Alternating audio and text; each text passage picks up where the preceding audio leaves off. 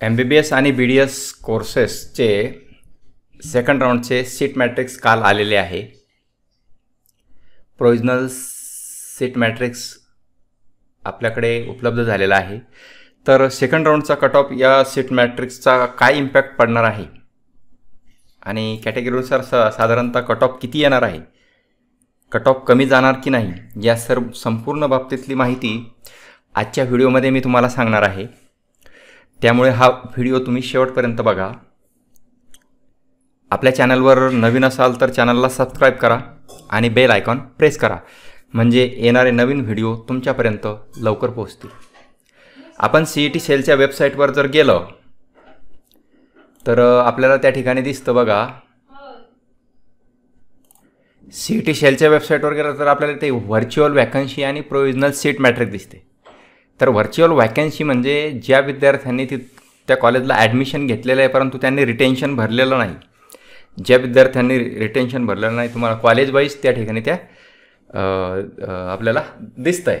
तर आपल्याला virtual vacancy न पाहता सीट मॅट्रिक्स आपल्याला पाहणं गरजेचं आहे.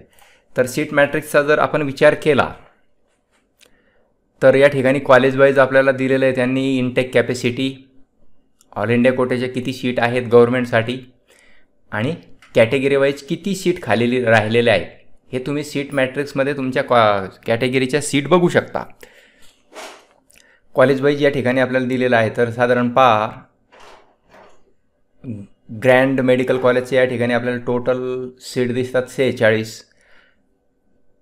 स्टेट कोट्याचे आपण बघायचं आहे.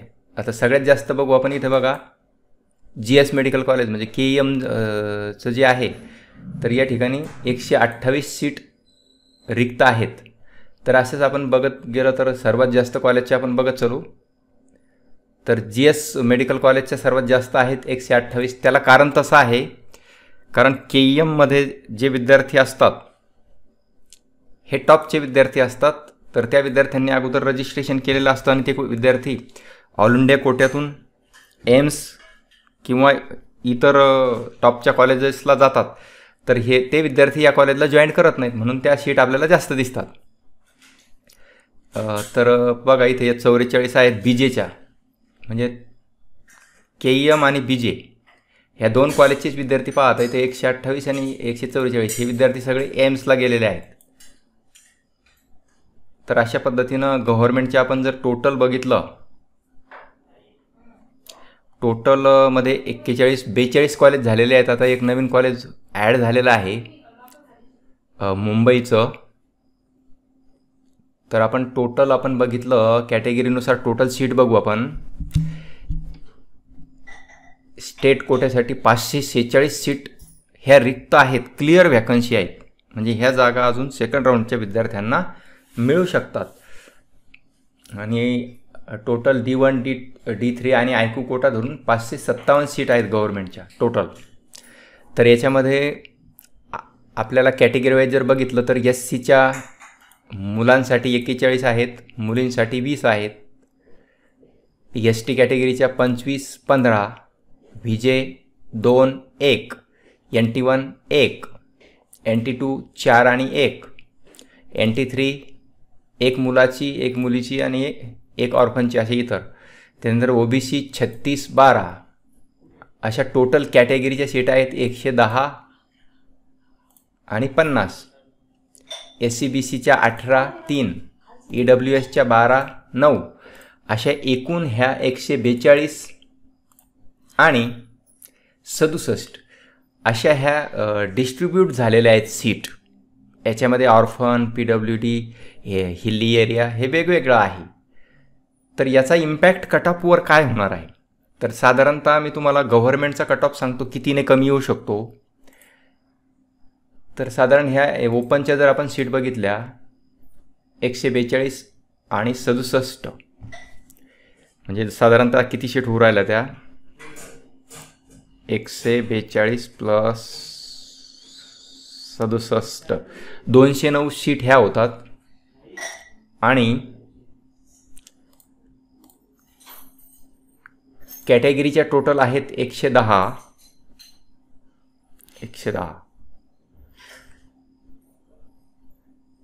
त्या कॅटेगरी वाईजच्या विद्यार्थ्यांना त्या मिळणार आहेत. टोटल आपण इतर कॅटेगरीच्या SC STच्या धरलं तर त्या कॅटेगरीच्या विद्यार्थ्यांना मिळणार आहेत. त्याचा तो त्यांच्या कॅटेगरीनुसार इम्पॅक्ट पडणार आहे. तर आपण याच्यामध्ये साधारण मोठी आपण जर ओपनचा विचार केला तर साधारणतः 210 सीट होतात. आणि सेकंड राऊंडला जर गव्हर्नमेंटचा कट ऑफ आपण विचार केला तर साधारणतः VJ NT1 NT2 NT3 NT2 सोडून VJ आणि NT2 सोडून NT3 OBC SCBC आणि ओपन या सर्व कॅटेगरींचा कट ऑफ हा साधारणतः गव्हर्नमेंटचा 2 मार्कांनी कमी येण्याची शक्यता आहे. त्यापेक्षा काही विद्यार्थी जर अपेक्षा करत असतील तर तेवढा कट ऑफ गव्हर्नमेंटचा खाली येणार नाही आहे. आपल्याला इथे जरी 557 सीट दिसतात तर आपल्याला वाटते 5 मार्कांनी कट ऑफ खाली येईल, तर तेवढा कट ऑफ खाली येणार नाही.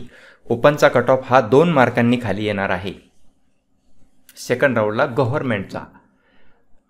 कसं असतं 100 सीटला 1 मार्कांनी कट ऑफ खाली येतो, तर ओपनचा हा 2 मार्कांनी कट ऑफ खाली येणार आहे. आणि आता कॅटेगरी वाईज बघितलं तर तुमच्या कॅटेगरीनुसार जास्त इम्पॅक्ट पडणार नाही. बघा इथे OBCचा आहे तर OBCचा 2-3 मार्कांनी खाली येऊ शकतो, 3-1 मार्कांनी. SCचा तर कॅटेगरीनुसार आहे तो 40 सीट 40 विद्यार्थी लागणार आहेत. तुम्ही सीट तुमचं SML बघितला तर कळून जाते. तर अशा पद्धतीने साधारणतः गव्हर्नमेंटचा 2 ते 3 मार्कांनी कट ऑफ खाली येण्याची शक्यता आहे. आता यानंतर आपण प्रायव्हेटचं बघू. प्रायव्हेटच्या बघा फार कमी सीट राहिलेल्या आहेत प्रायव्हेटच्या, कारण प्रायव्हेटमधून काही बाहेर ऑल इंडियामध्ये विद्यार्थी जात नाहीत.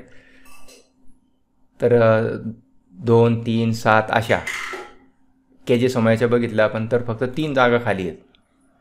म्हणजे बाकीच्या विद्यार्थ्यांनी जॉईन केलेलं आहे. फक्त याच्यामध्ये कॉलेजचाच आदलाबदली होते, बाकी काही जास्त मार्काचा फरक पडणार नाही. तर टोटल सीट बघितल्यानंतर आपल्याला कळणारच आहे. तर तेरणाचं बघितलं तर 10 जागा आहेत ह्या, टोटल 22 तेरणाच्या. सर्वात जास्त कुठे राहिल्या बघू आपण. मायमरला 11 आहेत. वसंतराव पवार नाशिक 14 सीट आहेत. धुळ्याच्या 17 आहेत. 10, 14, 15 असे. श्रीमती काशीबाई नवले मेडिकल कॉलेज या ठिकाणी जर आपलं बघितलं, काशीबाई नवले मेडिकल कॉलेज फक्त 5 सीट अवेलेबल आहेत. म्हणजे 5 विद्यार्थ्यांनी फक्त जॉईन केलेलं नाही, 145 विद्यार्थ्यांनी त्या ठिकाणी जॉईन केलेलं आहे. तर सर्वात कमी सीट जर आपण इथं बघितलं तर काशीबाई नवलेला या ठिकाणी मुलांनी प्रिफरन्स दिलेला आहे. सर्वात जास्त विद्यार्थी त्या कॉलेजला जॉईन झालेले आहेत. त्यानंतर एक अश्विन सोलापूर आहे, इथे सुद्धा 4 आहेत. 10, 15, 18. आता सर्वात जास्त इथे पहा वेदांता पालघर, याला 110. पालघरच्या सीट खालीच असतात तिसऱ्या राऊंडपर्यंत. तर पालघरला ज्या मुलांना घ्यायचं आहे त्या ठिकाणी पुन्हा एकदा चान्स आपल्याला मिळत असतो. त्यानंतर आहे सिंधुदुर्ग शिक्षण प्रसारक मंडळ कुडाळ, तिथे 33 सीट रिक्त आहेत. त्याच्यानंतर तासगावकरला 41 आहेत. NKP साळवेला 57 आहेत.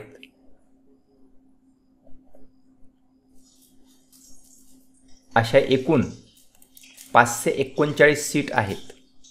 त्याच्यामध्ये मुलांच्या 375 आणि 164 मुलींच्या आहेत. असे टोटल 539 आहेत. पण त्याच्यातून आपल्याला ह्या ज्या ओपन सीट बघतो ह्याच आपल्या कामी आहेत. या बाकीच्या ज्या कॅटेगरीच्या आहेत त्या विद्यार्थ्यांना भेटणार आहेत. कमी मार्क्सवर त्या विद्यार्थ्यांना त्या सीट मिळत राहतात. आता मग आपण जर विचार केला तर प्रायव्हेटचा कट ऑफ किती कमी येऊ शकतो. कमी निश्चित येणार आहे, परंतु कितीने कमी येणार आहे तो एक अंदाज मी तुम्हाला सांगतो. साधारणतः इथे आपण 200 ओपनच्या 43 सीट आहेत प्लस 108 अशा 350 सीट आपल्याला कट ऑफवर इम्पॅक्ट पडणाऱ्या दिसत आहेत. तर याच्यामध्ये हेडगेवारचं जे कॉलेज आहे रामचंद्र इन्स्टिट्यूट, तिथे 100 सीट ॲड झालेल्या आहेत. NKP साळवेलासुद्धा काही 50 सीट मला वाटतं ॲड झालेल्या आहेत. त्यामुळे त्या 150 सीट वाढलेल्या आहेत. त्यामुळे 300वर झाल्या. नाही तर साधारणतः 250 सीट दरवर्षी मागच्या वर्षी जास्त आल्या होत्या. यावर्षी मुलांचा कल हा ॲडमिशन घेण्याकडे आहे. त्यामुळे यावर्षी काय झालं आहे की मुलांनी प्रत्येक कोर्सला ॲडमिशन घेऊन ठेवलेलं आहे. तर 300-350 सीट ह्या आपल्यासाठी खुल्या आहेत.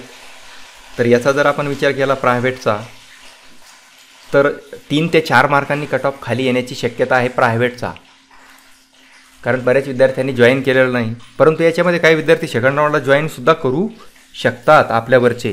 त्यामुळे आपण 3 ते 4 मार्क सांगतोय. 3 मार्काने मात्र कन्फर्म कट ऑफ हा खाली येणार आहे. साधारणतः पहिल्या राऊंडला 478वरती कट ऑफ आलेला आहे, 478वरती. तर 475च्या विद्यार्थ्यांनी वेट करायला काही हरकत नाही. 475चे विद्यार्थी या राऊंडला लागतील अशी आशा मी बाळगतो. तर अशा प्रकारे हा एक महत्त्वपूर्ण व्हिडिओ मी तुमच्यासाठी सर्व मित्रांसाठी केलेला आहे. बऱ्याच शिक्षक मित्रांचे फोन येत होते, सर तुमचा व्हिडिओ आला नाही, तर त्यानुसार हा व्हिडिओ बनवलेला आहे. व्हिडिओ तुम्हाला आवडला असेल तर व्हिडिओला लाईक करा आणि गरजू विद्यार्थ्यांपर्यंत तुमच्या व्हॉट्सॲप ग्रुपला नक्की शेअर करा. धन्यवाद. जय हिंद, जय महाराष्ट्र.